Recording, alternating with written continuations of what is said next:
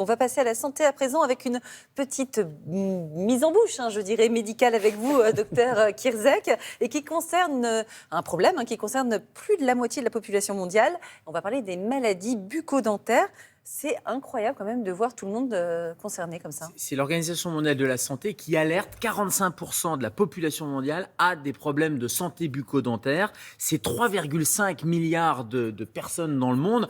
Alors, et on pourrait se dire, peut-être que ça s'améliore, la prévention, etc. Et non, quand on regarde, c'est plus 1 milliard sur les 30 dernières années. C'est-à-dire que la situation s'aggrave sur ces maladies bucco-dentaires et c'est une vraie alerte. Alors, quand on parle de dents, on parle bien sûr de caries et c'est effectivement le premier problème bucco-dentaire, la carie dentaire, mais les gencives, parce que sous la dent, il y a la gencive, c'est le rouge qu'on a sous la dent et c'est un vrai sujet et pas que pour la santé bucco-dentaire, c'est un sujet général, ça cause des maladies cardiovasculaires, ça augmente le risque d'AVC aussi. Et puis quand on détaille, il y a la perte de dents bien sûr. Une mauvaise santé des gencives peut favoriser des accidents vasculaires. C'est ce qu'on appelle la parodontopathie et les maladies de la gencive, parce qu'il y a des bactéries, parce que c'est la fameuse plaque dentaire. Vous voyez toutes les pubs sur la plaque dentaire, les dentifrices qui enlèvent la plaque dentaire, etc. Et c'est un vrai sujet parce que non seulement ça cause une mauvaise hygiène bucco-dentaire avec un risque de perte de dents, qui est d'ailleurs la troisième pathologie.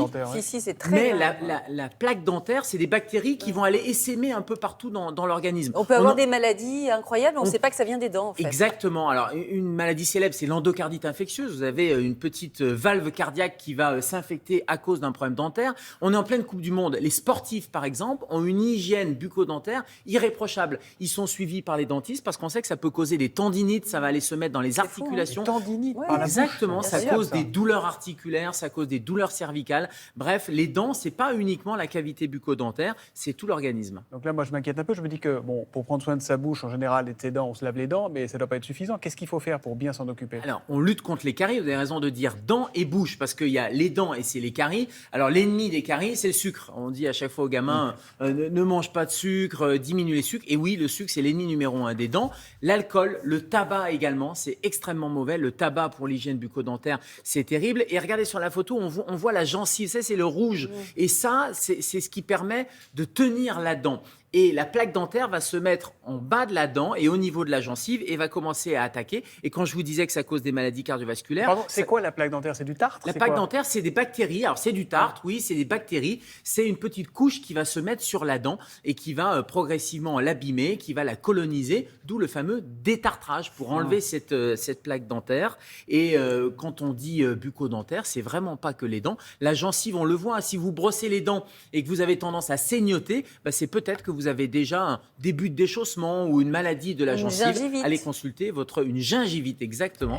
Julia, c'est l'inflammation de la gencive et ça c'est déjà un signe de mauvaise santé bucco-dentaire. Alors, pas de sucre, c'est déjà le bon réflexe. Pas de sucre, pas de tabac, on a compris, on se brosse les dents.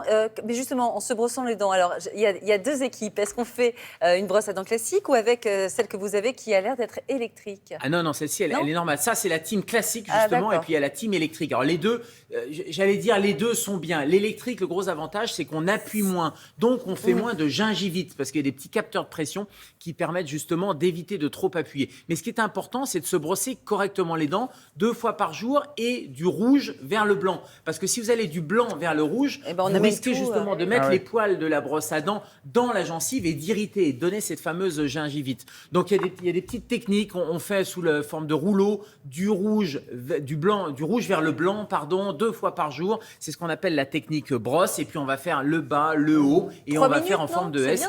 2 minutes. À 2 minutes. Petite question, à partir de quel âge on brosse les dents ? Est-ce que dès les premières dents, chez les bébés par exemple, il faut brosser ? Oui, avec des brosses à dents adaptées. Parce que ce qui est important, c'est que ce soit les bébés ou après quand on a des pathologies bucco-dentaires, c'est d'avoir des brosses à dents avec les poils adaptés. C'est pas la peine d'avoir des choses trop dures, donc il faut avoir des brosses à dents souples. Souples, ça c'est bien. 2 fois par jour, on se brosse et du chewing-gum sans sucre. sucre quand on peut pas se brosser les dents. Et un détartrage tous les 6 mois, c'est pas mal. Exactement, visite chez le dentiste tous les ans, c'est bien déjà.